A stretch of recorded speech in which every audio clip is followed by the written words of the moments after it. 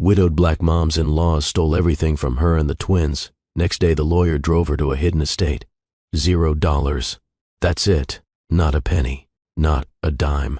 Just a piece of paper with the number 0 staring back at me like a slap across the face. I want you to imagine something for a second.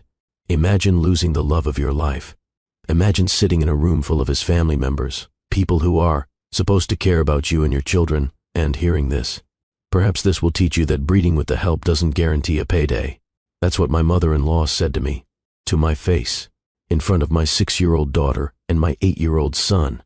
Those words came out of Cordelia Monroe's mouth like venom, deliberate and cold, designed to destroy what little dignity I had left.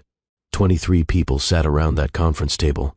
23 members of the Monroe family in their designer suits and their expensive jewelry, watching me like I was entertainment, like my pain was something they could enjoy with their morning coffee.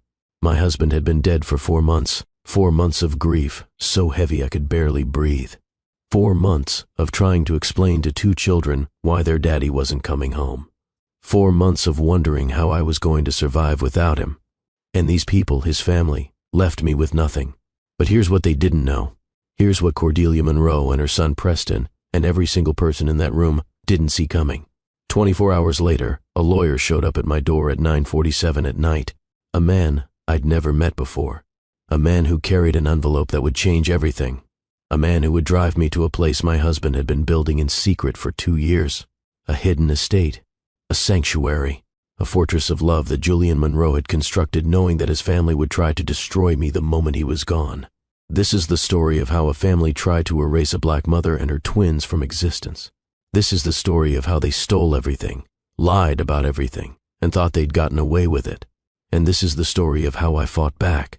If you've ever felt powerless against people who thought they were untouchable, I need you to do something for me right now. Drop a comment and tell me where you're watching from. Or just say, I'm with you, Mr. Hearthline. Because we're about to go on a journey together. A journey about justice, about love that persists past death, and about discovering that sometimes the people who leave you with nothing actually leave you with everything. Hit that subscribe button. You're going to want to see how this ends. My name is Khalida Monroe. My friends call me Kali. And this is the day my world ended and began again in the same breath. The conference room on the 14th floor of Morrison & Associates smelled like old money and new leather. Floor-to-ceiling windows looked out over the city where I'd once worked as a waitress, where Julian had found me, where we'd built a life that his family never accepted.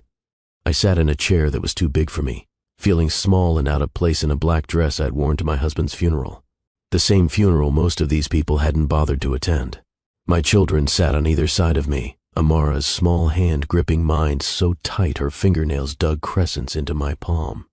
Elijah sat rigid as stone, his 8-year-old face trying so hard to be brave. They wore their Sunday best, the nice clothes I'd scrubbed by hand in our apartment's cramped bathroom sink because the laundry machines in our building had eaten my last quarters 3 days ago. Amara's dress had a small stain on the hem that I couldn't get out no matter how hard I tried. Elijah's collar was slightly frayed. The Monroe family, meanwhile, looked like they'd stepped out of a fashion magazine. Cordelia Monroe sat at the head of the table in a Chanel suit that probably cost more than my rent. Her silver hair was styled in a perfect chignon. Her jewelry caught the light every time she moved, diamonds and pearls that had been in the family for generations. Preston Monroe, Julian's older brother, lounged in his chair like he owned the world. And maybe he did. Certainly he thought he owned this moment, watching me with barely concealed satisfaction. Around the table sat aunts, uncles, cousins, second cousins, people I'd met at obligatory family gatherings where I'd been tolerated but never welcomed, people who'd made comments about my background, my education, my skin color, always just subtle enough to maintain deniability. The family attorney, a thin man named Garrett Morrison, cleared his throat. He had a folder in front of him thick with documents. He wouldn't quite meet my eyes. We're here for the reading of Julian Anthony Monroe's last will and testament, he began, his voice flat and professional. I'd been dreading this moment for weeks, not because I cared about money, but because I knew what it meant. This was the final severing, the last official connection to the man I'd loved more than breathing. Julian had handled our finances. He'd always told me not to worry, that everything was taken care of, that he'd made sure the kids and I would be safe no matter what happened. I trusted him completely. Maybe that was my mistake. Garrett Morrison began reading. His voice droned on with legal language I barely understood. Whereas, and heretofore, and other words that felt designed to obscure rather than clarify. I watched family members perk up as their names were mentioned. To my nephew Preston Monroe, I leave controlling interest in Monroe Financial Holdings. Cheers barely concealed as Preston smiled that shark smile of his. To my sister Priscilla Monroe Whitfield, I leave the summer residence in Martha's Vineyard. Priscilla dabbed at her eyes with a handkerchief, performing grief she didn't feel. On and on it went. The primary residence, the vacation homes, the art collection, the business interests, all distributed among blood relations who'd never worked a day in their lives, people who'd inherited wealth and acted like they'd earned it. I waited for my name, for Amara and Elijah's names, for some acknowledgement that Julian's wife and children existed. Garrett Morrison reached the final page. He paused, and I saw sweat beading on his forehead despite the frigid air conditioning. And to my wife, Khalida Washington Monroe, and my children, Emma and Lucas Monroe, I leave the sum of $0 to be divided equally between them. The words didn't make sense at first. My brain couldn't process them. $0? That was impossible. Julian had life insurance. He'd told me about it years ago. Showed me the policy. $5 million to make sure we'd be taken care of. I don't understand, I whispered. The conference room erupted, not in shock or sympathy, but in laughter. Actual laughter. Preston threw his head back and guffawed like he'd heard the funniest joke of his life. Cousins I barely knew exchanged gleeful glances. An aunt whose name I couldn't remember whispered loudly to her husband. I knew that girl was just after his money. Mommy? Amara's voice was so small, so confused. Well. Preston's voice cut through the noise like a blade. Looks like dear Richard finally came to his senses about his little gold digger.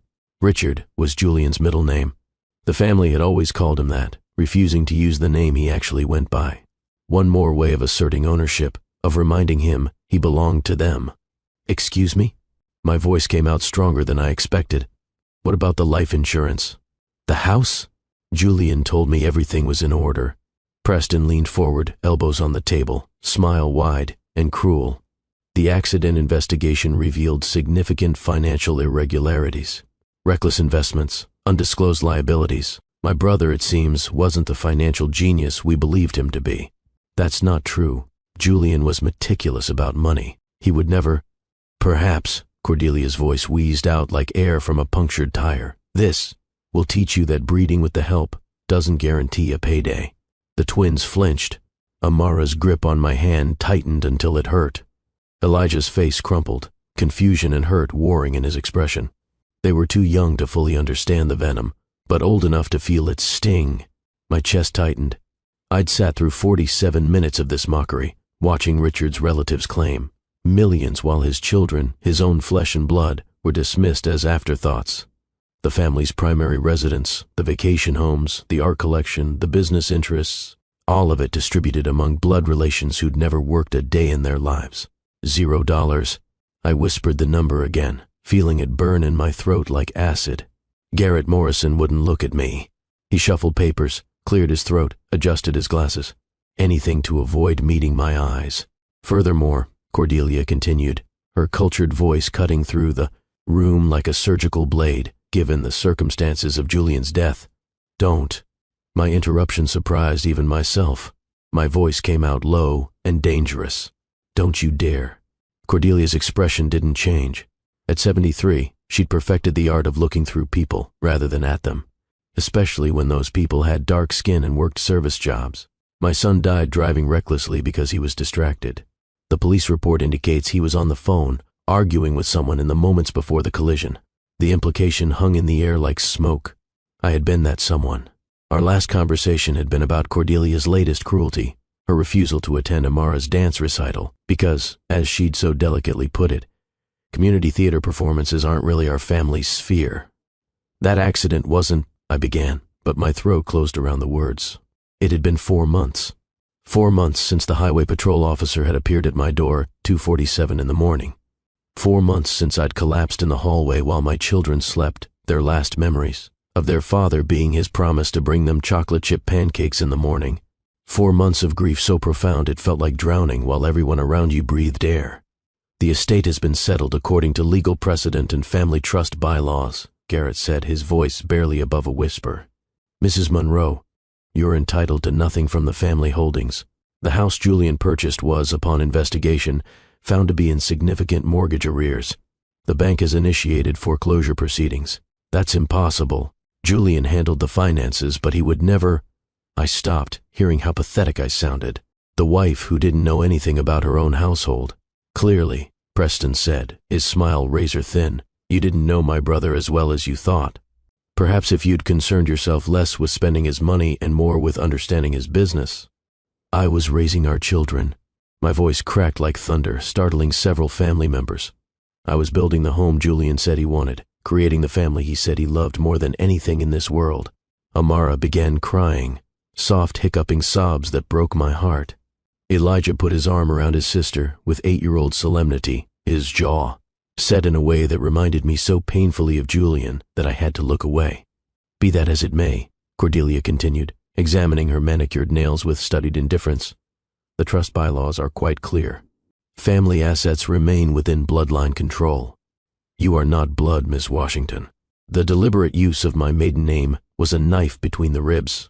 7 years of marriage, 2 children, a lifetime of love, all erased by a woman who'd never bothered to learn how I took my coffee. My children are your blood, I said quietly. Amara and Elijah are Julian's legacy.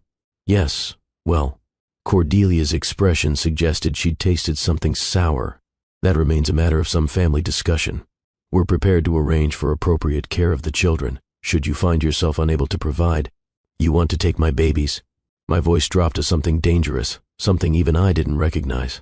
The room went silent. Every person at that table heard the shift, the moment when grief transformed into something far more primal. You people haven't spoken to them in 4 months. You didn't come to Julian's funeral. Cordelia, you didn't even send a card when your son died. And now you want to discuss taking my children?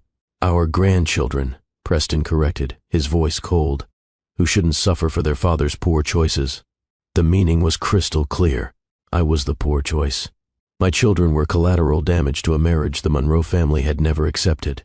You have 30 days to vacate the property, Garrett said quietly, sliding papers across the table toward me. After that, the bank will take possession. I'm sorry, Mrs. Monroe. The apology felt as hollow as my chest, where my heart used to beat before grief had carved it out. I gathered my children with as much dignity as I could manage. Amara was still crying, her small body shaking with sobs she tried to muffle against my side. Elijah held his sister's hand, his face set in that too serious expression he'd worn since his father died. We walked from that conference room with our spines straight and our heads high, but I heard them behind us. Preston's laugh, loud and satisfied. Cordelia's dismissive comment to someone nearby, I give her 2 months before. She comes crawling back, begging us to take the children off her hands. The parking garage was cold and dim, our footsteps echoing off concrete. My 10-year-old Honda waited like a faithful friend, the first gift Julian had ever given me, back when we were dating and he'd noticed I took 2 buses to reach the restaurant where I waitressed. I got the children buckled into the back seat before I allowed myself to brake. My hands gripped the steering wheel until my knuckles went white. Tears I'd been holding back for 47 minutes for 4 months, for 7 years of being treated like I wasn't good enough, finally broke free. Mama? Amara's small voice drifted from the back seat. Are we going to be okay? I looked at her in the rearview mirror, at her big brown eyes that were so much like Julian's, at her brother sitting beside her with protective solemnity, trying to be the man of the house at 8 years old. Yes, baby, I whispered. I promise. It was a promise I had no idea how to keep. To understand what that promise meant, to understand what the Monroe family tried to destroy, I need to take you back to 6 years before that terrible conference room. Back to a Tuesday night in spring when my entire life changed because a man walked into a diner and ordered coffee. I'd been working at Magnolia Street Diner for 3 years. Double shifts most days, whatever hours I could get. The pay was terrible and the customers were worse, but it was what I could manage. My shoes were held together with duct tape and determination. My uniform was too big because I'd lost weight I couldn't afford to lose, skipping meals so I could save money for a future that felt impossibly far away. It was 6:47 on a Tuesday evening when Julian Monroe walked through that door. I noticed him immediately because he was different, tall, with warm brown eyes and an easy smile that reached all the way to his soul. He wore an expensive suit that looked out of place among our cracked vinyl booths and flickering fluorescent lights. He slid into the corner booth in my section, and when I approached with my order pad and my tired waitress smile, he looked up at me like I was something worth seeing. "Coffee, please," he said. His voice was gentle, educated. "And whatever you recommend. I'm new to the neighborhood." Most customers didn't ask for recommendations. They ordered without looking at me, treating me like furniture that occasionally brought food. "The meatloaf special," I told him. "It's Tuesday, which means Cook actually makes it with love instead of obligation." He laughed, a real laugh that transformed his whole face. "Then I definitely want that." His name was Julian, though I wouldn't learn that until later. He came back the next Tuesday. And the Tuesday after that. 6 weeks of Tuesday visits, always ordering coffee and whatever I recommended. Always. Leaving tips that were far too generous for a plate of meatloaf and some conversation. On the 7th Tuesday, he asked me out. "I know this is probably against some rule," he stammered, suddenly boyish and nervous, despite his expensive suit. "But would you maybe want to have coffee with me sometime? Somewhere you're not working, I mean. Somewhere you can actually sit down." I should have said no. Should have recognized that men like him didn't date women like me without expecting something in return. Should have protected myself from the inevitable hurt. But his eyes were kind, and he'd never once looked at me the way most men did, like I was there for decoration or convenience. He looked at me like I was a revelation. "Okay," I said. "Yes, coffee." Our first date lasted 9 hours. Coffee became lunch, became a walk through Riverside Park, became dinner, became sitting on a bench sharing dreams while streetlights flickered on around us. "I work in finance," Julian admitted as we watched the sun set over the city. "Family business. It's complicated. My mother has very specific ideas about who I should be, what I should do, who I should date. And what do you want?" I asked. He looked at me then, really looked, and said, "This, you, whatever this could become." 6 months later, he proposed with his grandmother's ring, the only Monroe heirloom his mother couldn't control. He got down on one knee in that same park, on that same bench where we'd shared our first conversation beyond coffee and meatloaf. "My family won't make this easy," he warned me, the ring box open between us. "My mother is difficult. She has ideas about bloodlines and legacy and who's worthy of the Monroe name. But Collie, I've never been more sure of anything. You're my everything. You're the life I want to build." I said yes because I loved him, because he saw me as more than a waitress with duct-tape shoes. Because when he looked at me, I felt like I mattered. The wedding was small, intimate, held at Riverside Park on a Saturday morning in October. My mother came up from Atlanta, proud and crying happy tears. My 2 best friends from the diner stood beside me, and Julian stood at the altar looking at me like I was his whole world. Cordelia Monroe attended. She wore black to her son's wedding and refused to smile in any of the photographs. She stood in the back during the ceremony, her face carved from ice, watching her son commit what she clearly considered an unforgivable sin. Preston made pointed comments about prenuptial agreements, loudly, multiple times, in front of anyone who would listen. But Julian had already insisted I sign a prenup, not to protect his family's interests, but to protect mine. He'd written it himself with his own attorney, making sure that if anything happened to our marriage, I'd be taken care of. "You're not marrying me for money," he'd said when he showed me the documents. "I know that, but I want you to know that choosing me doesn't mean giving up your security. This protects you, Collie, not them." The rest of the Monroe family sent expensive gifts and cheap excuses. Too busy to attend. Prior commitments. Unavoidable conflicts. Julian had defended me. Always. When Cordelia suggested I was common, Julian responded that I was extraordinary. When Preston implied I was a gold digger, Julian had shown his brother the prenup that actually protected my interests. "You were never family," Preston had sneered at the reception, drunk on expensive champagne at 3 in the afternoon. "You were a convenience Richard picked up when he was feeling charitable." And Julian had stepped between us, his voice carrying that quiet authority he usually kept hidden. "Her name is Collie. She's my wife. And if you can't show her basic respect, you can leave my wedding." Preston had left. So had half the Monroe contingent. The wedding photos showed our small, loving gathering, empty chairs where family should have been. But Julian hadn't cared. He'd danced with me under string lights while a guitarist played our song. He'd whispered promises against my hair about the life we'd build together. "You're the best thing that ever happened to me," he said as we swayed together. "I don't care what they think. I don't care what they say. You're my family now. You and whatever babies we make together." We made Elijah first. Julian was there for every doctor's appointment, his hand holding mine through every ultrasound. He read every pregnancy book he could find, asking questions that made the obstetrician laugh. Is it normal for her to cry at commercials? What about pickles with ice cream? Should I be worried that she's reorganizing the kitchen at 2 a.m?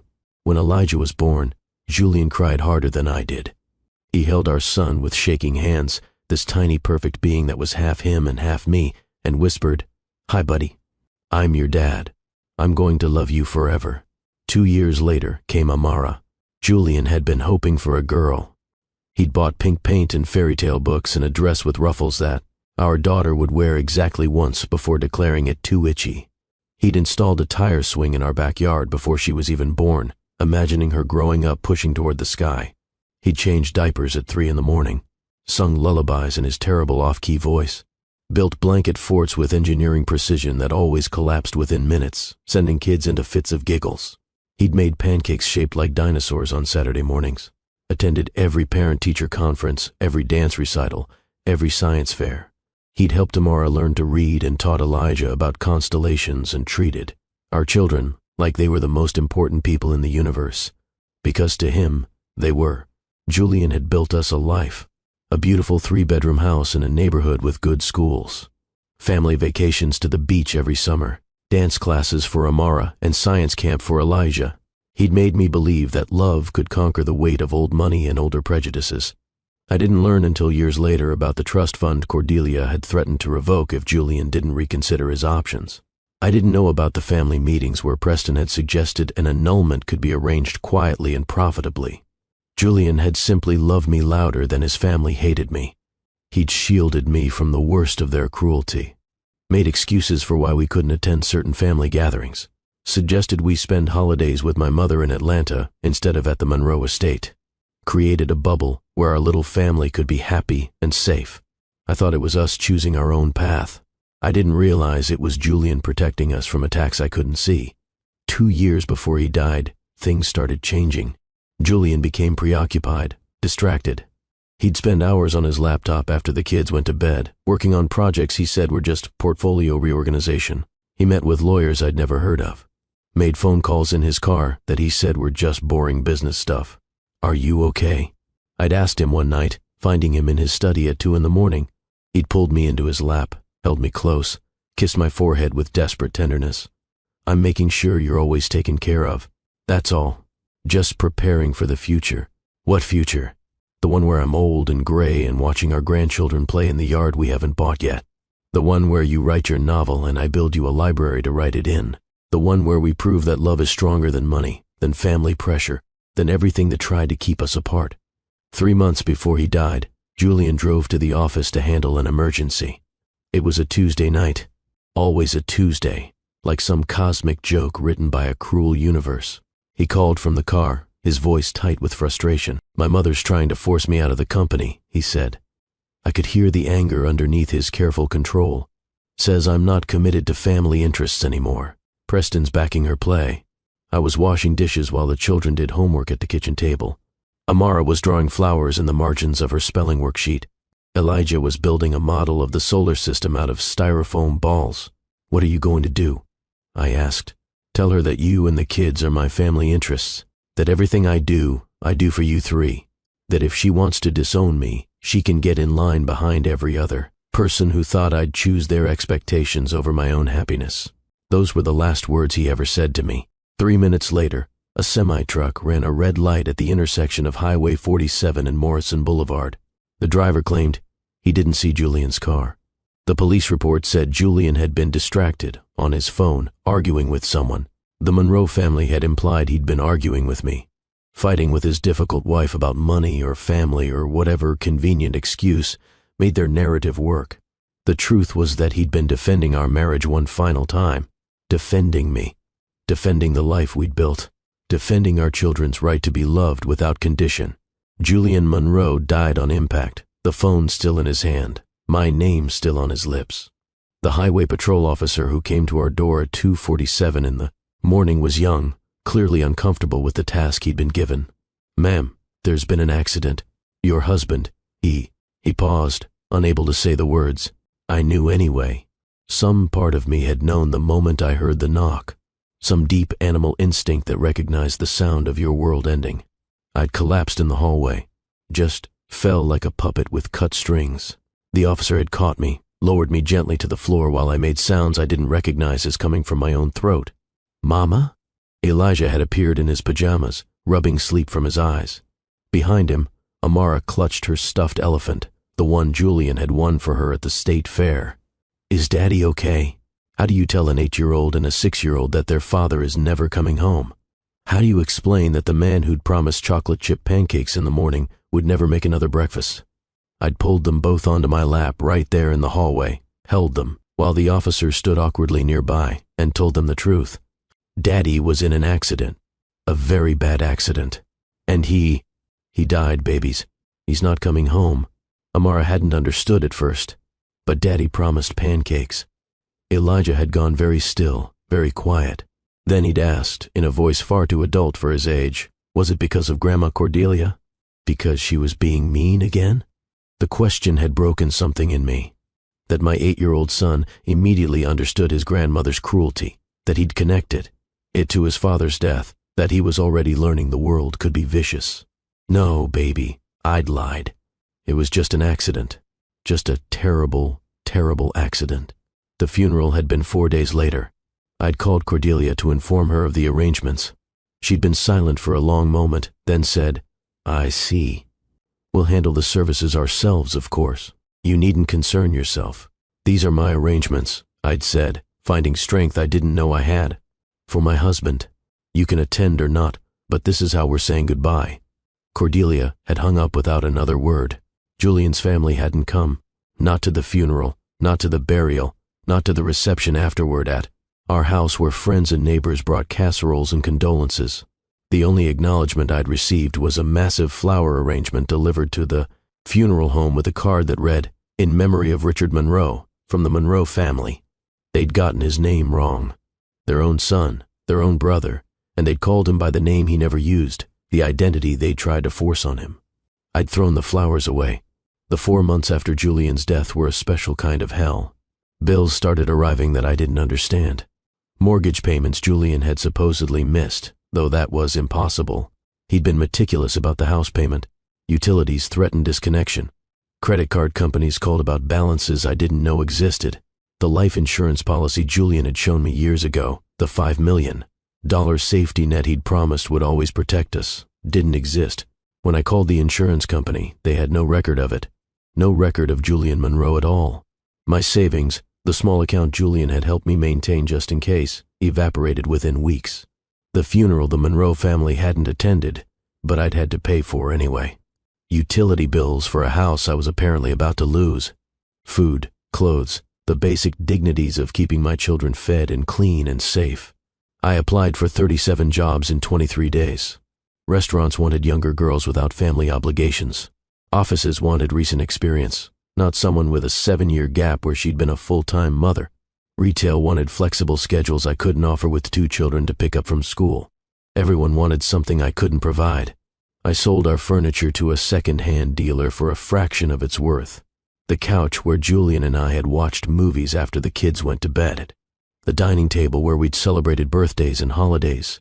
The beautiful oak bed frame he'd surprised me with on our 3rd anniversary.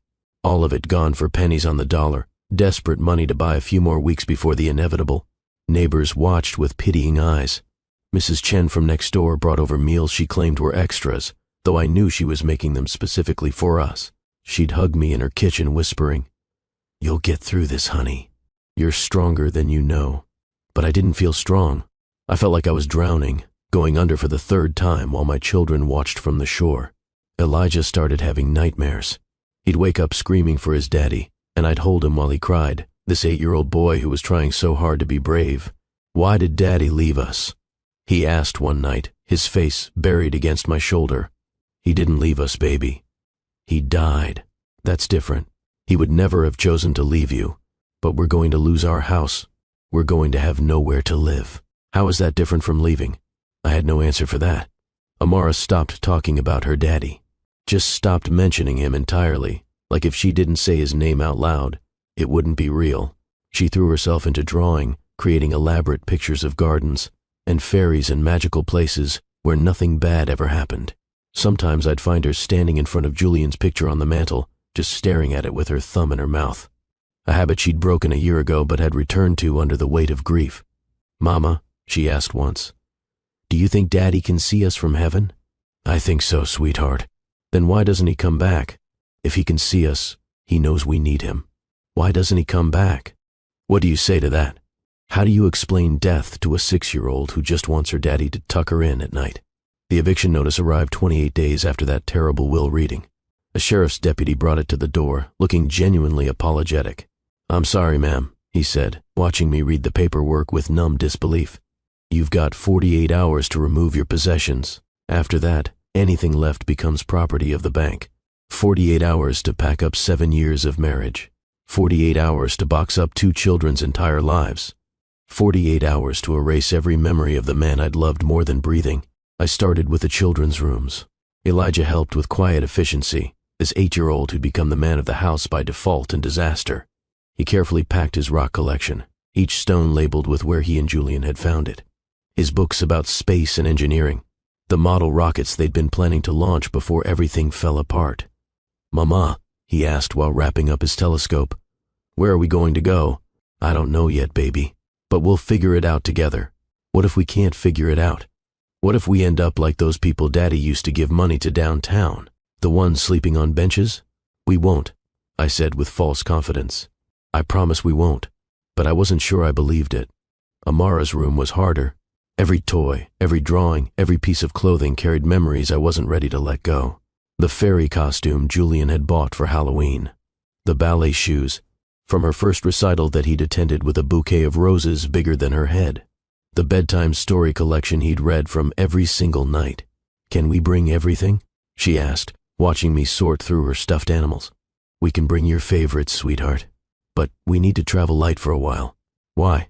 "Because sometimes life gets complicated, and we have to make hard choices." "I don't like hard choices." "Me neither, baby.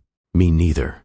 On the final night before eviction, I sat in our empty living room where Julian had proposed building me a reading nook, where we decorated Christmas trees and celebrated birthdays and made love on the couch after the children had gone to bed. The furniture was gone, sold or donated or thrown away. The walls bore pale rectangles where family photographs had hung. Amara and Elijah slept in sleeping bags borrowed from Mrs. Chen. Tomorrow, we'd move into a motel room I'd secured for 1 week at a discount rate the manager had offered when I explained our situation. After that week, I had no idea where we'd go. A shelter, maybe. If they had space. If they accepted families. If I could swallow enough pride to admit I'd failed at the one job that mattered, protecting my children. The knock on the door at 9:47 startled me so badly I nearly screamed. Through the peephole, I saw a man I didn't recognize. Tall, dark-haired, wearing an expensive suit despite the late hour. He looked like money and trouble, and I'd had enough of both. "Mrs. Monroe?" His voice carried through the door, warm and professional. "My name is Bennett Crawford. I was your husband's personal attorney. I need to speak with you urgently." "Personal attorney?" Julian had never mentioned anyone named Bennett Crawford. The Monroe family had their legion of legal sharks, but this man looked different, felt different. "If you're here to serve more papers," I called through the door, "I've already been evicted." "You're too late. I'm not here to serve papers. I'm here to fulfill a promise I made to Julian 3 months before he died." "May I come in?" 3 months before he died, when Julian had been preoccupied and distracted, when he'd been making late-night phone calls and meeting with lawyers I'd never heard of, when he'd known something was wrong, when he'd felt his family circling like sharks who'd smelled blood in the water. I opened the door, keeping the chain engaged. The man, Bennett Crawford, stood in the hallway with a briefcase in one hand and an expression that carried something I couldn't quite name. Determination, maybe, or sadness, or both. I have information about your husband's estate that wasn't disclosed at the will reading, he said quietly. Information that changes everything, but I need to come inside to explain it properly. Every instinct screamed that this was another trap, another Monroe family scheme to take what little I had left. But Bennett Crawford's eyes weren't cruel like Preston's or cold like Cordelia's. They were warm, almost gentle, and they looked at me like I was a person who mattered. I let him in. Bennett stood in my empty living room, and his expression flickered with what looked like genuine pain. He glanced toward where the children slept, then back at me. I'm sorry it took me this long to reach you, he said. I've been building a case, gathering evidence, making sure everything was airtight before I made contact. Your husband hired me independently of his family's legal team 8 months before he died. He was concerned about certain irregularities in the family trust structure. What kind of irregularities? The kind where family members systematically steal from each other while maintaining a veneer of respectability. Bennett's voice was tight with controlled fury. Julian suspected his mother and brother were planning something. He didn't know exactly what, but he felt the walls closing in. So he hired me to protect you and the children. He pulled an envelope from his briefcase. The paper was expensive, cream-colored, with my name written across the front in Julian's familiar handwriting. My hands shook as I reached for it. Your husband left specific instructions, Bennett continued. I was to wait until after the family will reading, let them show their hand completely, gather documented proof of their intentions. Then I was to find you and give you this. The envelope felt heavier than it should, weighted with secrets that had been buried for months. Why? I whispered. Why would Julian do all this in secret? Why wouldn't he just tell me? Because he was protecting you. If you'd known what he suspected, you might have confronted his family. They might have accelerated their timeline. He needed you to be genuinely surprised by the will reading, genuinely devastated, so they'd think they'd won. I stared at this stranger who spoke my dead husband's name with such reverence, who claimed to know things about Julian's final months that I didn't. What's in the envelope? Your future, Bennett said simply. Everything Julian built to keep you safe. My fingers trembled as I broke the seal. Inside was a single sheet of Julian's personal stationery, his familiar handwriting stark against the cream paper. The same careful script that had written me love notes during our courtship. The same hand that had signed the twins' bedtime stories. My dearest Kali, if you're reading this, then my family has shown you exactly who they are. I'm sorry you had to endure their cruelty, but it was necessary for you to understand the stakes. They needed to reveal their true nature before you could see how deep their corruption runs. The will reading you just sat through was a complete fabrication. Garrett Morrison has been on my mother's payroll for over 20 years. Everything he told you was a lie designed to break you, to make you desperate. Enough to give up custody of our children in exchange for basic survival. But here's what they don't know. Here's what I've been building while they thought they were manipulating me. 2 years ago, I started moving my personal assets out of the family trust structure, quietly, carefully, into accounts and investments they can't touch. I'm worth approximately $8 million in assets completely separate from the Monroe family holdings. All of it belongs to you and the children. Bennett has all the documentation. Bank accounts, investment portfolios, property deeds, everything you need to not just survive, but to fight back. And Kali, my love, there's one more thing, something I've been building for you that I'd planned to reveal on our 10th anniversary. A surprise I won't get to see your face when you discover it. Bennett will show you. I love you. I have loved you from the moment you recommended meatloaf with that tired smile and kind eyes. I will love you past death, past whatever comes after, into whatever eternity exists. Protect our children. Be the warrior I know you are. And someday, when you're ready, let yourself love again. Not to replace me, but because you deserve every happiness this world can offer. Forever yours, Julian. P.S. Tell the twins their daddy's greatest treasure wasn't money. It was watching them grow into the beautiful souls they're becoming. I read the letter 3 times before the words made sense. Before my brain could process what Julian was telling me. $8 million. The Monroe family had left me with 0, thinking they'd destroyed me, thinking they'd won. And all along, Julian had been building me a fortress they couldn't breach. Bennett stood quietly, giving me space to absorb the revelation. When I finally looked up, my face wet with tears I didn't remember shedding, he was watching me with an expression of profound sadness and determination. Why didn't you stop them? I asked, my voice raw. At the will reading, why didn't you stand up and tell them they were lying? Because I needed them to commit their crimes completely, needed documented proof of their fraud, their conspiracy to deprive you of your legal inheritance. Bennett pulled out a tablet, showing me screens full of financial data. If I'd stopped them at the will reading, they could have claimed it was a simple mistake, an accounting error.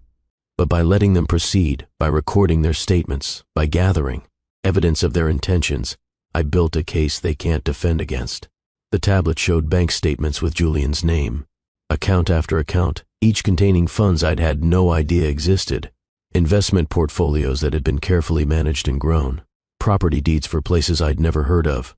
Your husband was methodical, Bennett continued. He documented every conversation with his family about you and the children, every attempt they made to pressure him into leaving you, every threat about cutting him off from the family fortune. He recorded phone calls, saved emails, built a paper trail of their corruption that goes back years. I stared at the numbers scrolling past. Numbers so large they lost meaning. This was Julian's love made tangible, his protection extending past death. There's more, Bennett said quietly. Something Julian was very specific about showing you in person. Something he built with his own hands over the past 2 years. What do you mean? Julian purchased a property about an hour outside the city, completely off the Monroe family radar, registered to a shell company they'll never trace. He's been having it developed according to very specific plans. He wanted to surprise you with it on your 10th anniversary, but he died. Yes, Bennett's expression softened. He died before he could show you what he built. But it's ready now. It's been waiting for you and the children. If you'll let me, I'd like to drive you there tomorrow. Tomorrow? I looked around the empty room, at the sleeping bags where my children dreamed. Tomorrow we're supposed to move into a motel for a week before I figure out where we're going next.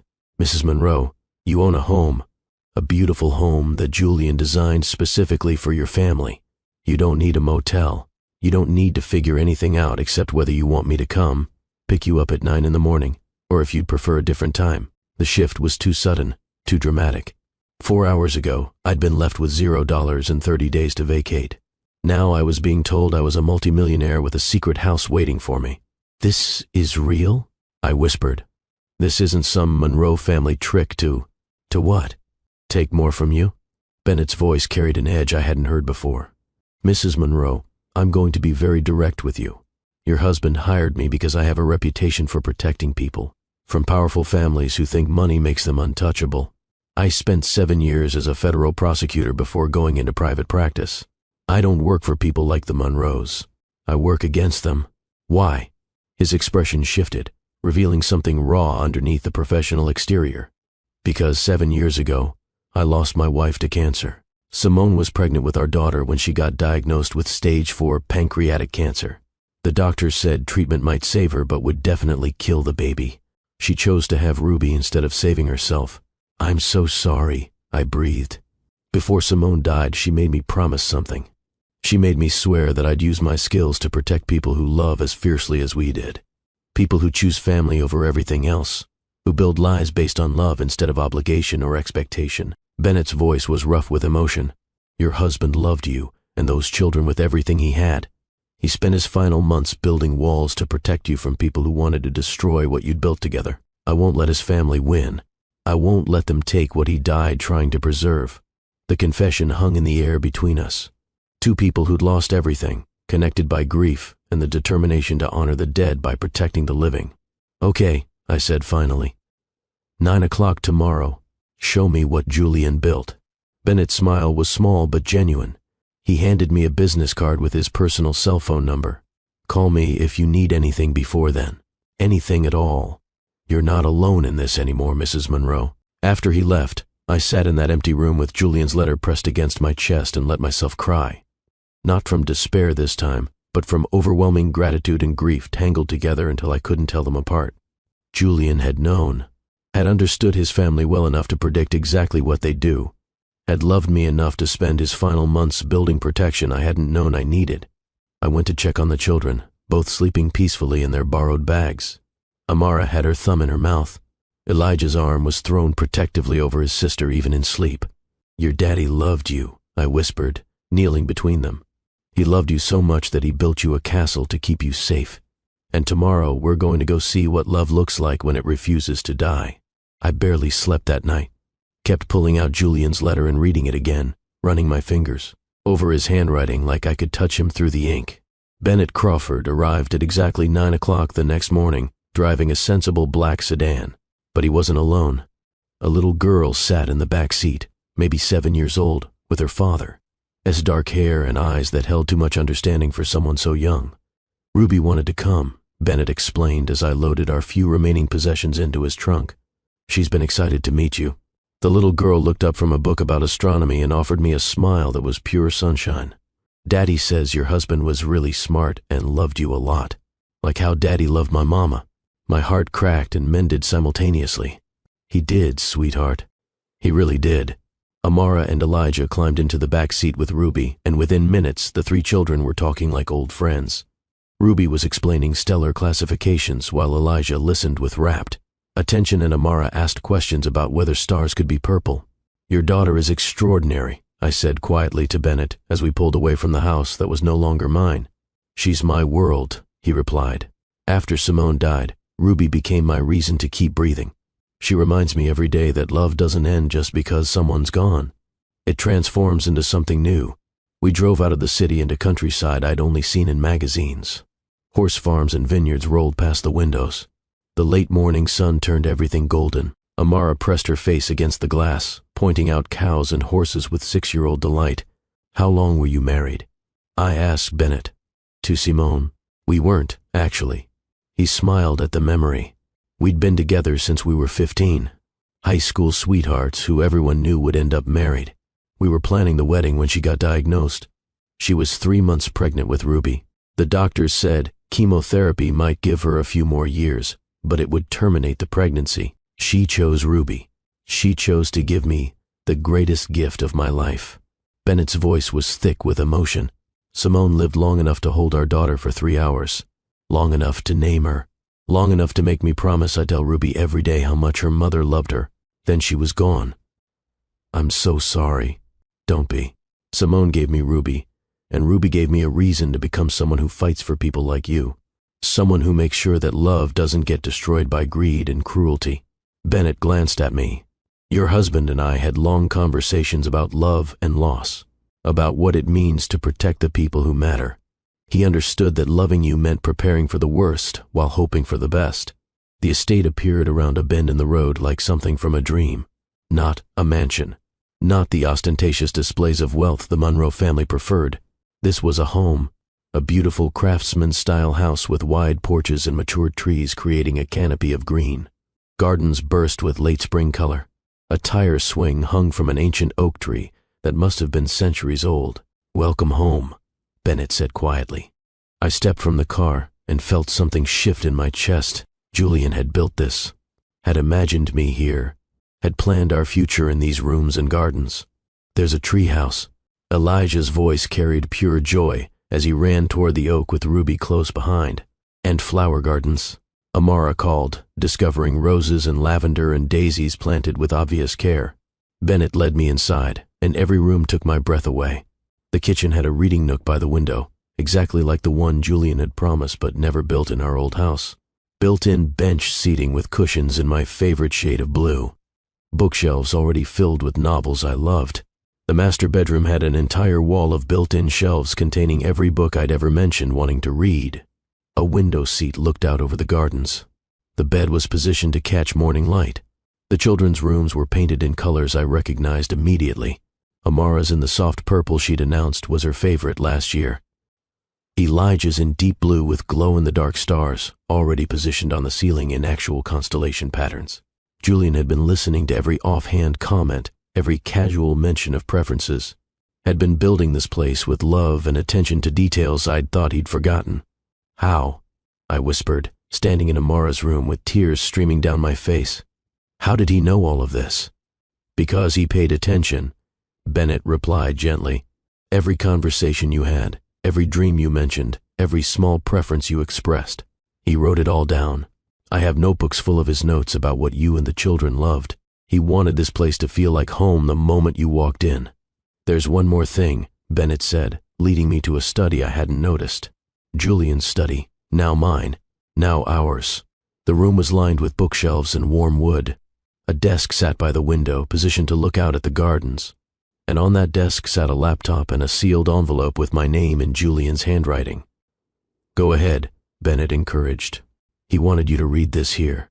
My hands shook as I opened the second letter. "My beloved Callie, if you're reading this, Bennett brought you to our home. The place I built for us to grow old together. I'm sorry I won't be there to see your face when you discover all the small touches I included. The reading nook, because you always wanted a cozy place to drink coffee and watch the world. The garden, because you said you'd love to grow flowers someday. The treehouse, because Elijah asked for one, and I wanted him to have adventures. The purple room, because Amara changes her favorite color weekly, but always comes back to purple. This house is yours. These accounts are yours. Everything I built for you and our babies. But more than the house and the money, I'm leaving you evidence. Documentation of everything my family has done. Their manipulation, their fraud, their systematic attempts to undermine our marriage. Bennett has it all organized, ready to use if you choose to fight back. And Callie, my love, I hope you do fight back. I hope you show them that you're not the helpless waitress they think they can destroy. I hope you prove that love is stronger than money, that truth prevails over lies, that eventually everyone answers for their choices. Be fierce. Be the warrior I always knew you were. Protect our children from the poison my family represents. And someday, when you're ready, let yourself love again, not to replace me. No one could replace what we had. But because you deserve to be happy. You deserve to build a new life. You deserve every beautiful thing this world can offer. I will love you forever, Callie Washington Monroe. You were the adventure of my lifetime. You gave me children who are the best of both of us. You gave me a reason to be brave enough to choose my own path. Thank you for loving me. Thank you for our family. Thank you for being you. Forever and always, Julian. P.S. The laptop has videos I recorded for you and the kids. For birthdays and graduations and weddings. For moments I knew I might miss. Make sure Elijah knows how proud I am of his curiosity. Make sure Amara knows her creativity is a gift. And make sure you know that loving you was the greatest privilege of my life. I collapsed into the desk chair and sobbed. Great heaving sobs that came from somewhere deep in my soul. Grief and gratitude and love all tangled together. Bennett stepped back, giving me privacy, but not so far that I felt alone. His presence was a quiet comfort, a steady assurance that I didn't have to face what came next without support. When I finally composed myself enough to speak, I asked, "What happens now?" "Now," Bennett said, his voice carrying steel underneath the gentleness, "we make the Monroe family answer for what they've done. If you want to, that is. This is your choice, Mrs. Monroe. You have the resources to disappear, to build a quiet life here with your children, where they can never touch you again. Or you can fight. You can use the evidence Julian gathered to destroy them the way they tried to destroy you." I thought of Cordelia's cold eyes, Preston's cruel laughter, the way they'd looked at my children like obstacles to be removed. I thought of Julian spending his final months building me weapons instead of enjoying the time he had left with his family. I thought of Elijah asking why his grandmother hated them, of Amara crying because her daddy was gone, of 4 months of hell where I'd believed I was worthless, powerless, alone. "I want to fight," I said quietly. "I want them to answer for what they did, for what they tried to do to my children." Bennett's smile was sharp as winter wind. "Then let's show the Monroe family what happens when they underestimate a mother's love." The first night in the estate felt surreal, like I'd stepped through a doorway into someone else's life, a life where mothers didn't cry themselves to sleep wondering how to feed their children, a life where safety wasn't a luxury, but a given. Bennett had left us with groceries he'd stocked in the refrigerator, basics to get us through the first few days. Amara and Elijah ran through the house like it was Christmas morning, discovering new rooms and hidden nooks in the kind of space children should have to grow. "Mama, look," Elijah called from upstairs. "My room has a telescope already set up, and there's a note from Daddy." I found him standing by the window, holding a small card in Julian's handwriting. The telescope was positioned perfectly to view the night sky, professional-grade equipment that must have cost thousands. "Dear Elijah," the note read, "by the time you find this, I might not be around to show you the stars myself, but I want you to keep looking up, buddy. Keep asking questions. Keep being curious about how the universe works. You're going to do amazing things someday. Love, Dad. Elijah pressed the note to his chest, his young face struggling with emotions too big for an 8-year-old body. He knew, my son whispered. Daddy knew he might not be here. I pulled him close, this boy who'd grown up too fast. He loved you enough to make sure you'd have everything you needed even if he was gone. In Amara's room, we found a similar note tucked into the bookshelf. My sweet Amara, it began. Keep drawing your gardens and your fairies and all the beautiful things your imagination creates. The world needs more beauty, and you have a gift for seeing magic everywhere. Don't ever lose that. Love, Daddy. Amara clutched the note and climbed into my lap, something she hadn't done in weeks. Will we really get to stay here forever? Yes, baby. This is our home now. Daddy made sure of it. That night, after the children finally fell asleep in their new beds, I sat in Julian's study and opened the laptop he'd left me. The desktop had a folder labeled for Kali and the kids. Inside were dozens of video files, each one carefully labeled. Amara's 7th birthday, Elijah's 9th birthday, Amara's first day of high school, Elijah's high school graduation, Amara's wedding day, Elijah's wedding day. For Kali on hard days, Julian had recorded messages for milestones he knew he might miss, had sat in this study, knowing he might die, and created a library of love that would extend past his death. I clicked on for Kali on hard days. Julian's face filled the screen. He looked tired, older than I remembered. This must have been recorded in those final months when he'd been so preoccupied. Hey, love, he said to the camera. If you're watching this, you're probably having a rough time. Maybe the kids are driving you crazy. Maybe you're missing me so much it hurts. Maybe my family has shown you just how cruel they can be. I want you to know something. You are the strongest person I've ever met. Stronger than you realize. You survived a childhood that would have broken most people. You built a life from nothing. You loved me despite every reason my family gave you not to. Whatever you're facing right now, you can handle it. You can survive it. You can come out the other side even stronger than before. And Kali, if something happens to me, if I'm not there to fight beside you, I need you to be fierce. Don't let my family destroy what we built. Don't let them make you believe you're anything less than extraordinary. Use the resources I've left you. Trust Bennett completely. He's a good man who understands loss and love and the importance of protecting what matters. And maybe, someday, let yourself be happy again. Let yourself love again. You deserve that, Kali. You deserve every beautiful thing this world can offer. I love you. Past death, past time, past everything. You are my greatest adventure. The video ended. I sat in that study, in the house my dead husband had built, and felt his love surrounding me like armor. Julian had given me more than money and property. He'd given me permission to survive, permission to fight, permission to eventually move forward. I wasn't ready for that last part yet. But the fighting? That I could do. Bennett returned the next morning with Ruby and a briefcase full of documents. The little girl immediately disappeared with Amara and Elijah to explore the grounds while Bennett spread paperwork across the kitchen table. This is everything Julian documented over the past 2 years, he explained. Recordings of family meetings where they discussed forcing him out of the company. Emails between Cordelia and Preston planning how to handle the gold digger problem. Financial records showing they'd been systematically draining his accounts. How did he get all this without them knowing? Julian was smarter than his family gave him credit for. Bennett pulled up audio files on his laptop. He installed recording devices in his mother's study, in Preston's office, even in his own phone. Everything was legal, obtained on property he owned or with his consent as a party to the conversations. Admissible in court. He pressed play on one file. Cordelia's voice filled the kitchen, cold and calculating. The problem is the wife and those children. If Richard dies before we can force an annulment, she'll be entitled to his estate. We need to move quickly.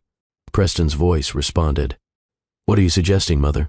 I'm suggesting that Richard has been under significant stress lately. Stress can cause all sorts of health problems. Heart conditions run in families, you know. Very tragic when someone so young suffers a cardiac event. My blood turned to ice. Are they saying what I think they're saying? Bennett's face was grim. Julian died of a heart attack. The official cause was acute myocardial infarction brought on by stress and genetic predisposition. But this recording was made 3 months before his death. They were planning it, planning to kill him. We can't prove that, not definitively, but we can prove conspiracy to defraud you of your inheritance. We can prove they falsified the will reading. We can prove they've been engaged in financial crimes for years, and we can make sure they never have access to your children. What do? We file a civil lawsuit. Fraud, conspiracy, intentional infliction of emotional distress. We depose every member of the family under oath. We force them to answer questions they've been avoiding for decades. And we make them pay, both financially and reputationally. Bennett pulled out a draft complaint, pages of legal language that detailed the Monroe family's crimes.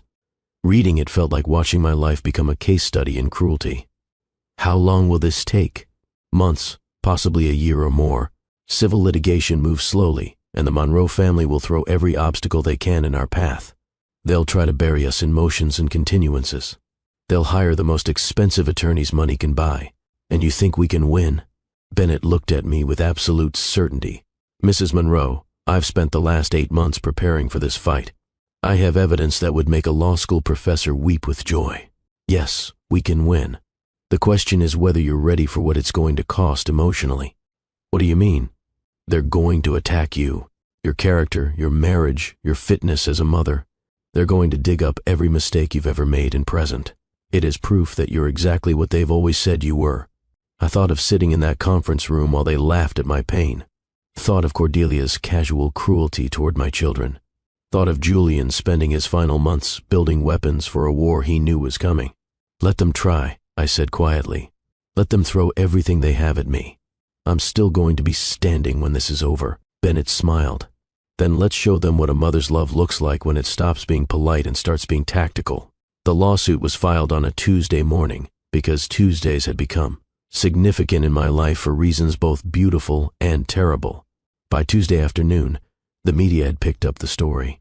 Wealthy family accused of defrauding widow and children, the headlines read. Monroe dynasty faces fraud allegations. Attorney claims systematic conspiracy to steal inheritance. My phone, which I'd barely used in months, started ringing constantly. Reporters wanting comments. Old friends I hadn't heard from in years suddenly concerned about my well-being. Strangers offering support or criticism in equal measure. Bennett had warned me this would happen. Don't talk to anyone, he'd instructed. Not reporters, not friends, not family. Everything you say can and will be used against you. Let me handle the media. And he did. Bennett gave a press conference outside the courthouse, his voice carrying authority and controlled anger. The Monroe family portrayed themselves as pillars of the community, he told the assembled reporters. But behind closed doors, they engaged in a systematic campaign to destroy a grieving widow and steal from their own grandchildren. We have documented evidence of fraud, conspiracy, and financial crimes spanning years. This case is about justice for a family that was targeted simply because they dared to love someone the Monroes considered beneath them.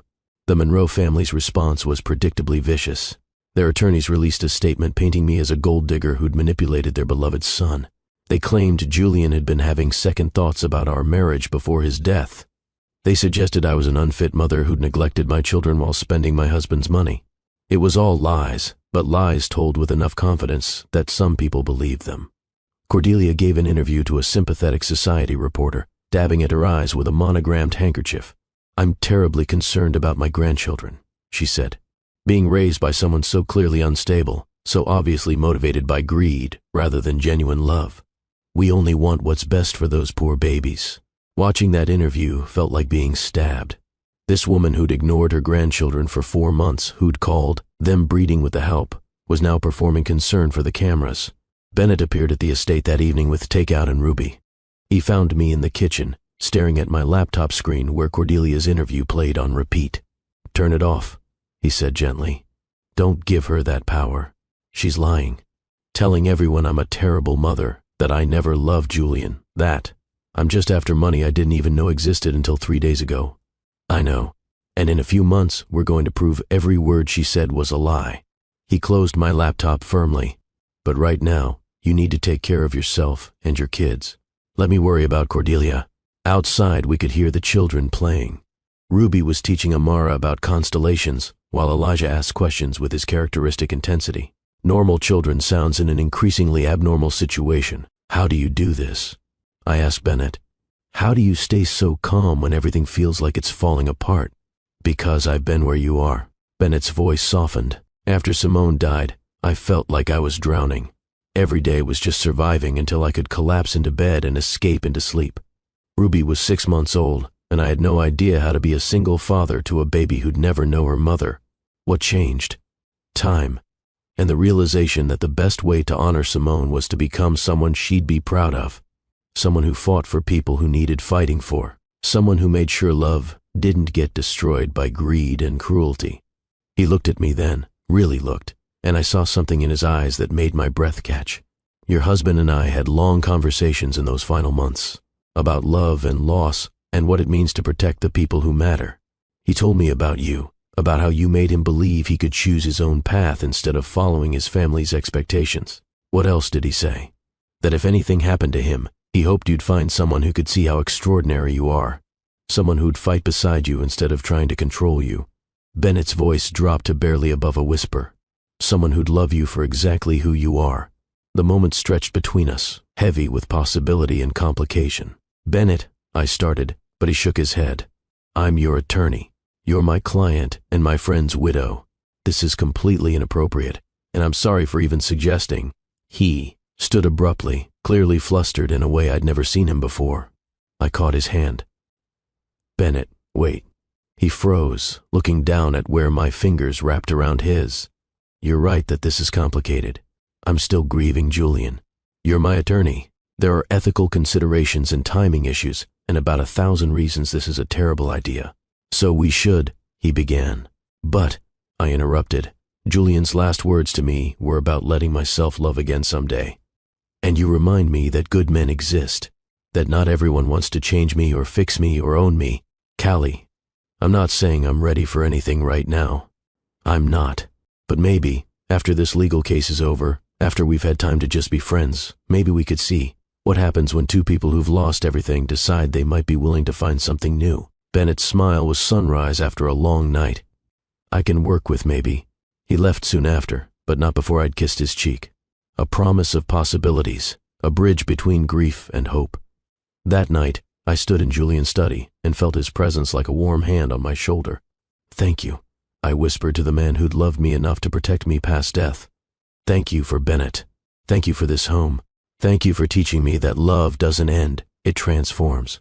The moonlight through the window seemed to glow a little brighter, and I let myself believe that wherever Julian was, he was smiling. The next 2 months were a blur of depositions, document production, and legal maneuvering. Bennett was relentless, pulling together a case so airtight that even the Monroe family's expensive legal team struggled to find weak points. The children settled into their new life with the resilience kids somehow possess. Amara started at a new school and made friends who invited her to birthday parties and playdates. Elijah joined a science club and started entering competitions that made his face light up with joy. Ruby became a fixture at our house, and the 3 children formed a bond that felt like siblings. They did homework together, played in the gardens, and created elaborate games involving fairies and space explorers and heroic quests. Watching them, I realized this was what family could look like. Not blood obligation, but chosen connection. Not performance for the sake of appearances, but genuine love and acceptance. Bennett was careful to maintain professional boundaries, but I caught him looking at me when he thought I wasn't watching. Caught myself doing the same thing, noticing the way he listened when I talked, the way he treated my children with genuine affection, the way he saw me as a whole person instead of just a case file. One evening, about 6 weeks into the legal process, we sat on the porch swing after the children had gone to bed. Fireflies danced across the lawn. The evening air smelled like the lavender Amara had been tending in her garden. The preliminary hearing is next week, Bennett said quietly. Judge Catherine DeLuca is presiding. She's got a reputation for despising wealth-based privilege and taking no nonsense from entitled defendants. That's good, right? That's very good. If we can get past the motion to dismiss, we move to discovery and depositions. That's when things get interesting. Interesting how? Interesting like watching the Monroe family squirm under oath when they have to answer questions they've been avoiding for decades. Bennett's smile was sharp. Preston in particular is going to have a very bad time. I should feel more excited about that. Vindictive, maybe. But mostly I just feel tired. That's normal. Bennett shifted to look at me directly. You've been running on adrenaline and righteous anger for weeks. Eventually, your body demands rest. How do you know? Because I went through the same thing after Simone died. There was a period where I was fueled entirely by grief and the need to honor her memory. Then one day I woke up and couldn't get out of bed. Just completely depleted. What did you do? Ruby crawled into bed with me and said, "Daddy, Mama would want us to have pancakes." So we got up and made pancakes. And the next day we made waffles. And eventually, we built a life that had room for both grief and joy.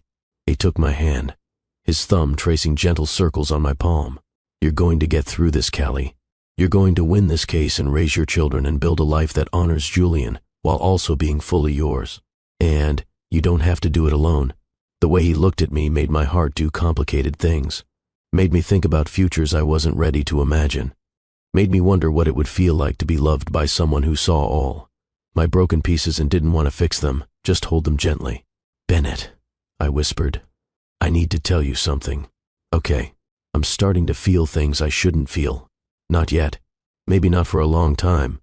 But when you show up with cookies Ruby definitely helped make, and when you let Elijah talk about rockets for 3 hours straight, and when you defend me like I'm worth defending, I start to think that maybe Julian was right about letting myself love again." Bennett's breath caught. "Callie, I'm not ready," I continued quickly. "I need to finish grieving. I need to see this legal case through. I need to just be for a while without the pressure of anyone's expectations. I understand. But I wanted you to know that when I am ready, if you're still interested, I'd like to explore what this could be." He brought my hand to his lips, pressing a kiss to my knuckles that felt like a vow. "I'll wait as long as you need. Months, years, whatever it takes. Because you're worth waiting for, Callie Monroe." Hey everyone, I need to pause here for a second. If this story is hitting you right in the heart, if you're rooting for Callie and Bennett, I need you to hit that like button right now. Let me know you're feeling this journey with me. And drop a comment telling me where you're watching from, or just say I'm with you, Mr. Hearthline. Your engagement means everything. It tells YouTube to share this story with more people who need to hear it. We're about to get to the trial, and trust me, you don't want to miss what happens next. Stay with me. The preliminary hearing was held on a Wednesday morning in Judge Catherine DeLuca's courtroom, a space that felt designed to intimidate, all dark wood and high ceilings and the seal of justice watching from above. The Monroe family arrived in force. Cordelia, in another Chanel suit, Preston looking smug in custom tailoring, and a legion of attorneys led by Martin Blackwood, supposedly the best defense lawyer money could buy. I sat at the plaintiff's table in a simple navy dress, Bennett beside me radiating quiet confidence. Judge DeLuca entered, a woman in her 60s with steel-gray hair and eyes that missed nothing. She looked over the assembled parties with obvious distaste for the circus this case had become. "I've reviewed the complaint and the motion to dismiss," she began without preamble. "Mr. Blackwood, you have 60 seconds to convince me why this case shouldn't proceed to trial." Martin Blackwood stood, all polished charm and expensive cologne. "Your Honor, this is clearly a case of a gold digger attempting to extort money from a grieving family. The plaintiff has no evidence of fraud, merely unsupported allegations designed to embarrass." "I have recordings," Bennett interrupted, standing smoothly. "Audio and video evidence of the defendants discussing plans to defraud Mrs. Monroe. Financial documents showing systematic theft from Julian Monroe's accounts. Testimony from witnesses who can corroborate every allegation in our complaint." Judge DeLuca leaned forward. "You have recordings of the defendants discussing fraud?" "Extensive recordings, Your Honor, including conversations where Mrs. Cordelia Monroe and Mr. Preston Monroe explicitly discuss how to handle what they called the gold digger problem after Julian Monroe's death." The courtroom went silent. Even Martin Blackwood looked rattled. "I'd like to hear a sample," Judge DeLuca said. Bennett played the audio file. Cordelia's voice filled the courtroom, cold and calculating. "The problem is the wife and those children. If Richard dies before we can force an annulment, she'll be entitled to his estate." Preston's response: "What are you suggesting, Mother?"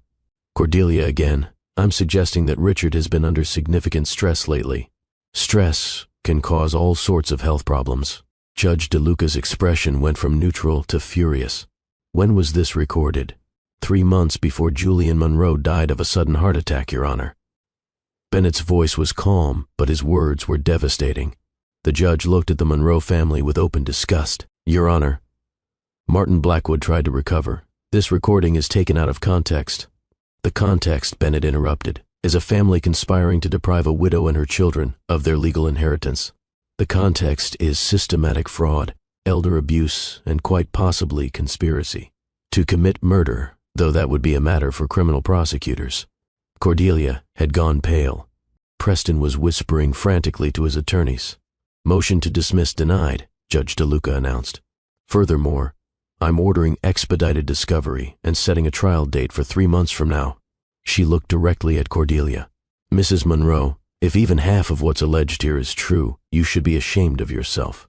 These are your grandchildren you've tried to harm. Your Honor, we would like to request, Martin Blackwood began, but the judge cut him off.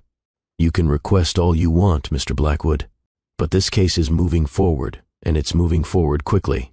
I don't like wealthy families using the legal system as a weapon against grieving widows. She banged her gavel. We're adjourned. Mr. Crawford, I'll see you in chambers to discuss the discovery schedule.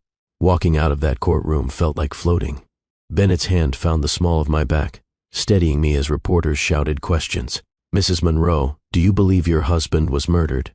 How do you respond to allegations that you married for money?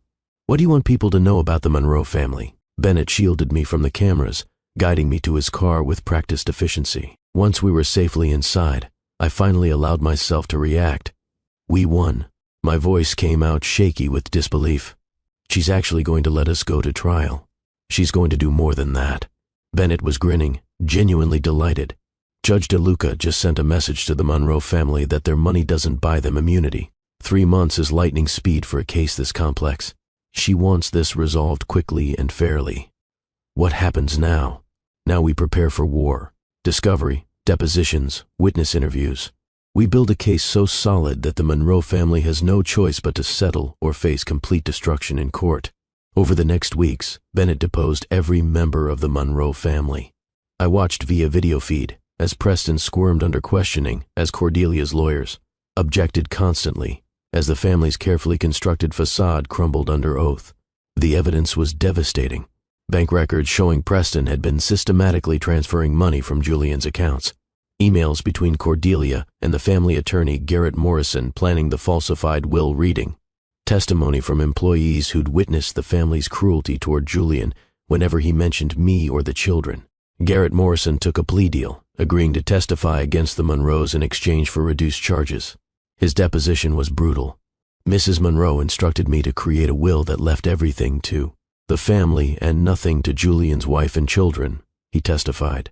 She said it needed to look legitimate, but that we'd handle any challenges through our connections in the court system. And you agreed to this? Bennett asked. I was being paid very well to ensure the Monroe family's interests were protected, even when those interests included defrauding a widow and orphaning children. Garrett looked down. I'm not proud of it, but yes. Life at the estate settled into a new rhythm. The children thrived in their schools. Amara joined a dance company and discovered she loved performing.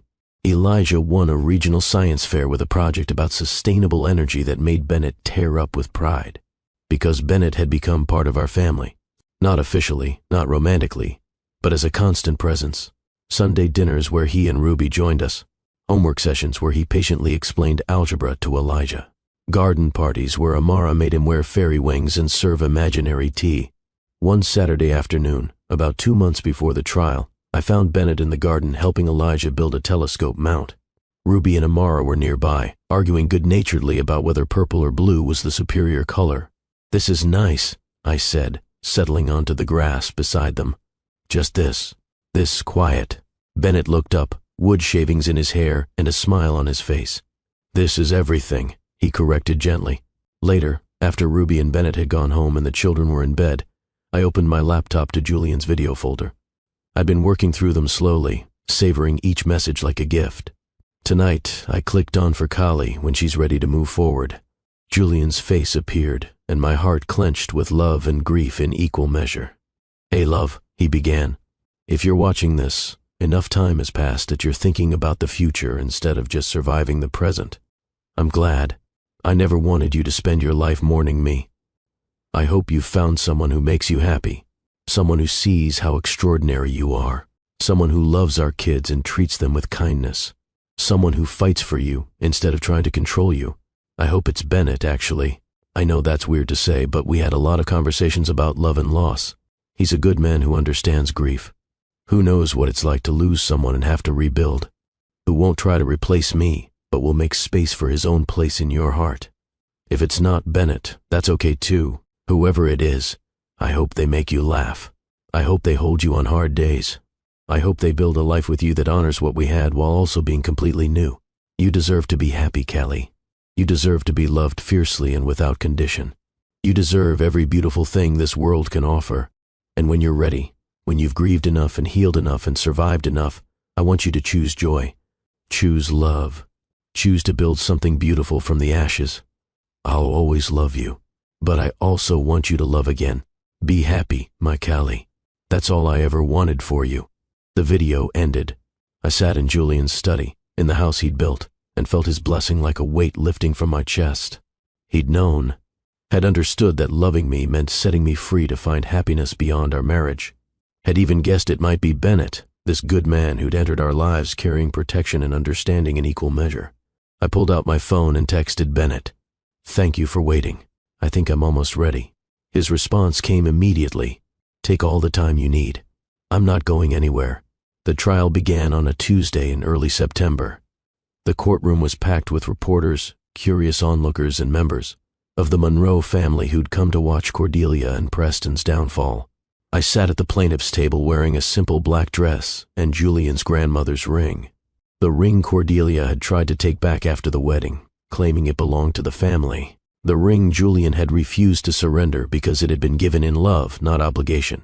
Bennett stood for opening arguments, and his voice carried across the courtroom with quiet authority. This case is about a family that chose cruelty over compassion, greed over love, and lies over truth. The evidence will show that Cordelia Monroe and Preston Monroe engaged in a systematic campaign to defraud Khalida Monroe and her children of their rightful inheritance. They falsified documents, corrupted legal proceedings, and attempted to steal millions of dollars that belonged to a grieving widow and 2 orphan children. He walked the jury through the evidence, the recordings, the financial documents, the testimony from witnesses who'd watched the Monroe family's crimes unfold. The defense will try to paint Mrs. Monroe as a gold digger who manipulated their beloved family member, but the evidence will show that she was a devoted wife and mother who was targeted, simply because she dared to marry someone the Monroe family considered beneath them. Martin Blackwood's opening was predictably vicious. He painted me as a scheming opportunist who'd trapped Julian into marriage, suggested I'd neglected my children while spending my husband's money, implied that Julian had been having doubts about our relationship before his death. It was all lies, but lies told with enough conviction that I saw some jurors taking notes. The first week of trial was brutal. The defense called witnesses who testified about seeing me and Julian argue, about hearing him express frustration with our marriage, about noticing distance between us in those final months. Bennett dismantled each testimony on cross-examination, revealing that arguments were about Cordelia's cruelty, that Julian's frustration was with his family, not his wife, that distance came from his secret preparations to protect us. The second week, Bennett called his witnesses, neighbors who testified about Julian's devotion to his family, teachers who described how involved he'd been in the children's lives, friends who'd watched him defend me against his family's attacks for years.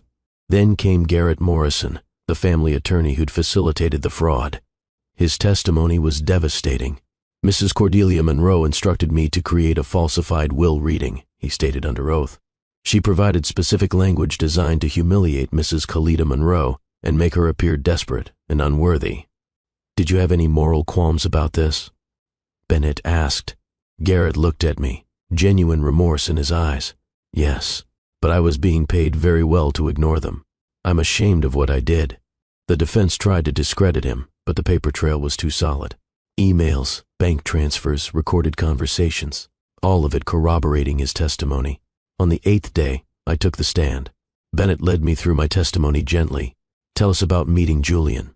I told them about Magnolia Street Diner, about a man who looked at me like I mattered, about building a life based on love instead of obligation. I described our wedding, Cordelia, in black, refusing to smile. I talked about Julian as a father, his devotion to our children. Then Bennett asked, did you know about the $8 million in assets Julian had accumulated? No. I thought we were middle-class comfortable. I had no idea about the extent of his wealth until Mr. Crawford showed me the documentation 3 days before we filed this lawsuit. Did you marry Julian for his money? I married Julian because he made me believe I was worth loving, because he chose me every single day despite his family's disapproval, because he was the best man I'd ever known. The cross-examination was brutal. Martin Blackwood attacked everything: my background, my education, my worthiness to marry into the Monroe family. Isn't it true that you come from poverty? He asked, making poverty sound like a moral failing. I grew up with a single mother who worked 3 jobs to keep us housed and fed, I replied. She taught me that dignity doesn't come from bank accounts, it comes from how you treat people. Isn't it true that you had significant credit card debt when you met Julian? I had student loans and medical bills from when my mother was sick. Julian helped me pay them off because that's what partners do. They support each other. Isn't it true that Julian's family never accepted you? They made it very clear I wasn't good enough for their standards. But Julian loved me anyway. That says more about him than it does about them. The courtroom was silent. Even Blackwood seemed rattled by my composure. Mrs. Monroe, he tried one final attack. Isn't it true that you and Julian argued on the phone just minutes before the accident that killed him? Yes. I fought to keep my voice steady. We argued because I was upset that his mother had once again refused to acknowledge our children. Julian was calling to tell me he was going to confront her, that he was done putting up with her cruelty. He was defending our family with his last breath. So you admit you caused the argument that distracted him and led to his death? I looked directly at Cordelia, sitting at the defense table with her cold expression. I admit that loving me cost Julian his family's approval, but I will never apologize for that, because our love gave him happiness and gave the world 2 beautiful children. What I won't forgive is how his family tried to erase us after he was gone. Bennett's redirect was simple. Do you believe you and your children deserve the inheritance Julian left you? Julian worked hard to build those assets specifically to protect us from his family's cruelty. Yes, we deserved what he left us. We deserve to be treated with basic human decency. The final week of trial focused on the financial evidence. Forensic accountants walked the jury through the complex schemes Preston had used to drain Julian's accounts. Banking experts testified about the falsified documents, everything building to an inescapable conclusion. The Monroe family had engaged in systematic fraud for years, and they had gotten away with it because money bought silence and influence. Closing arguments were scheduled for a Friday afternoon. Bennett stood before the jury with quiet passion. This case has never been about money. It's been about justice for a family that was targeted by people who thought they were untouchable. About 2 children who lost their father and then almost lost everything else because their grandmother valued money more than blood. He reminded them of the evidence, the recordings, the documents, the testimony. Then he turned to face Cordelia and Preston directly. The defense wants you to believe that Khalida Monroe is a gold digger who manipulated their family member. But the evidence shows she was a devoted wife and mother who was systematically targeted by people who couldn't accept that their son chose love over their expectations. Julian Monroe died trying to protect his family from the cruelty you've witnessed in this courtroom. Don't let his death be in vain.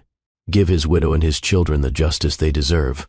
Martin Blackwood's closing painted me as a manipulative opportunist, but his heart wasn't in it. The evidence was too overwhelming. The jury deliberated for 4 hours. I spent those hours in a small conference room with Bennett, trying not to climb the walls with anxiety. He held my hand, his thumb tracing calming circles on my palm. Whatever happens, he said quietly, you've already won. You've shown your children that standing up to powerful people is possible. You've proven that truth matters. You've honored Julian's memory by refusing to be broken. I want them to pay, I whispered. I want Cordelia and Preston to answer for what they did. They will. Even if the verdict doesn't go our way, we've destroyed their reputation. They'll never recover from this. The jury returned with a verdict at 4:17 in the afternoon. Guilty on all counts. Fraud, conspiracy, elder abuse, intentional infliction of emotional distress. The foreman read each verdict with satisfaction, and I watched the Monroe family crumble. Judge DeLuca set a sentencing hearing for the following week. When that day came, her judgment was swift and severe. You took advantage of a grieving widow and attempted to make your grandchildren destitute, she told Cordelia and Preston. You manipulated legal systems designed to protect the vulnerable and used them as weapons against your own family. I'm sentencing you both to the maximum penalties allowed by law. Preston got 8 years in federal prison. Cordelia got 12, accounting for her leadership role. Additionally, Judge DeLuca ordered them to pay restitution of $4.7 million, every penny they'd stolen from Julian's accounts, plus interest and punitive damages. But for me, the real victory came when Cordelia was led away in handcuffs and, finally looked at her granddaughter with something like recognition. "Amara looks like Julian," she whispered. "She has his heart too," I replied. "The one that loved fearlessly and forgave, even when forgiveness wasn't deserved." "I'm sorry," Cordelia said, and for the first time, it sounded genuine. "Tell that to your grandchildren when they're old enough to understand what you tried to do to them. Maybe they'll be more forgiving than I am." Outside the courthouse, Bennett and I stood with our children, because Ruby had become ours too, woven into our family through choice and time and the simple truth that love expands to fill the space you give it. "What now?" Bennett asked. "Now we live," I said. "We build the life Julian dreamed about. We raise our children to be fierce and kind. We love without fear. Together." Bennett's voice carried hope and vulnerability equally. I looked at this man who'd fought beside me, who'd waited patiently while I grieved, who'd seen all my broken pieces and didn't try to fix them, just held them gently. Together, I confirmed, "If you're ready to officially be more than my attorney." "I filed the paperwork transferring your case to my partner 3 weeks ago," Bennett admitted with a smile. "I've been ready since the day you kissed my cheek and told me to go slowly." That night, we had dinner at the estate. All 5 of us around the table Julian had chosen, eating food we'd cooked together, laughing at Ruby, his astronomy jokes and Elijah's terrible puns and Amara's elaborate stories about garden fairies. After the children were in bed, Bennett and I sat on the porch swing, his arm around my shoulders, me leaning into his warmth. "Julian would like you," I said quietly. "He'd appreciate how you fought for us, how you protected his children, how you see me as more than just his widow." "I see you as the strongest person I've ever met," Bennett replied. "And I'm grateful every day that you're willing to build something new without forgetting what you had. Simone would like you being happy. She'd want Ruby to have a mother who loves her. Is that what you're offering?" Bennett's voice was careful, hopeful. "Eventually, when the time is right, when we've gone slowly enough that everyone's ready." I turned to face him. "But yes, Bennett Crawford, I'm offering you my heart, broken and mended, grieving and hopeful, scarred and somehow still capable of love." He kissed me then, gentle and reverent, a promise of futures we'd build together. Above us, the stars wheeled through their ancient patterns, and I imagined Julian and Simone somewhere, among them, smiling at the 2 people they'd loved enough to release into new happiness. 3 years later, the wedding was held at the estate on a Tuesday, because some traditions deserved to be reclaimed and rewritten, because Tuesdays had been the day Julian walked into my life, and now they'd be the day I chose to build a new one. Amara was flower girl, scattering rose petals with the serious dedication she brought to everything.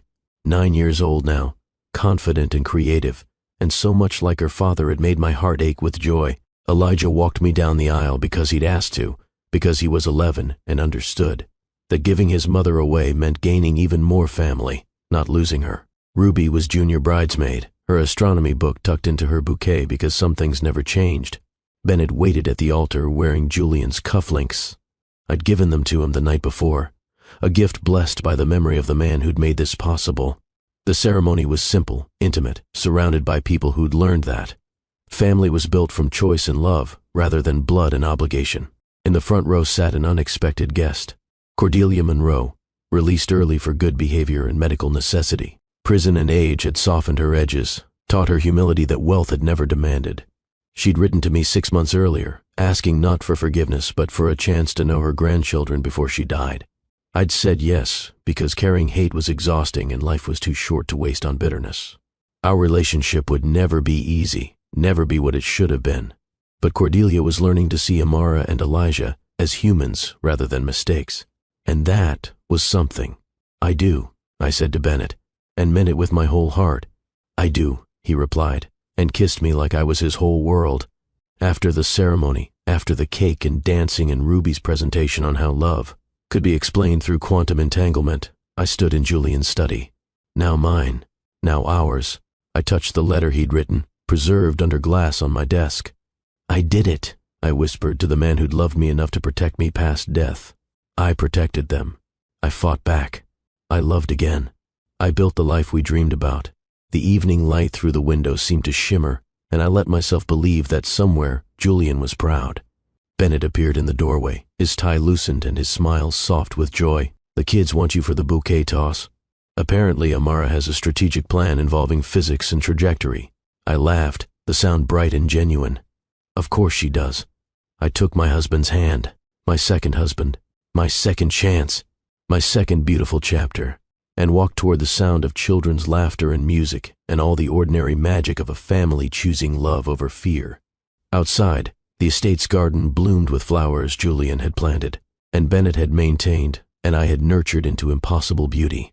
Inside, a family built from grief and hope and stubborn determination celebrated the simple truth that love persists, transforms, and ultimately conquers even the darkest opposition. And somewhere between the laughter and the music, between the past and the future, I finally fully let myself be happy. It was everything I deserved. It was everything Julian had wanted for me. It was enough. Before we close this story, I need you to understand something important. This isn't just entertainment. This is a truth about how the world works. Powerful people will always try to convince you that you're powerless. Wealthy families will always use their money and influence to protect themselves, even when it means destroying innocent people. But here's what the Monroe family learned the hard way. Love is stronger than money. Truth prevails over lies. And eventually, everyone answers for their choices. Kylie Monroe started with nothing. $0. Zero support. Zero family backing. Just a dead husband's love and a determination to protect her children. She ended with justice, with security, with a family built from choice instead of blood. She ended with happiness she'd earned through surviving the unsurvivable. If this story moved you, if it inspired you, if it made you believe that ordinary people can defeat powerful opposition, I need you to do something for me. Subscribe to this channel. Join this community of people who believe that love persists, who believe that justice is possible, who believe in fighting back when the world tries to break you. Share this story. Someone in your life needs to hear that they're stronger than they know. Someone needs to believe they can stand up to people who think they're untouchable. Be the person who gives them hope. And comment below. Tell me where you're watching from. Tell me your own story of fighting back against impossible odds. Or just say, "I'm with you, Mr. Hearthline." Let me know you're part of this community. Because here's the truth that Kylie Monroe learned, and I want you to remember. Sometimes the smallest inheritance, $0, zero support, zero mercy, becomes the foundation for the greatest wealth. Not money, but strength.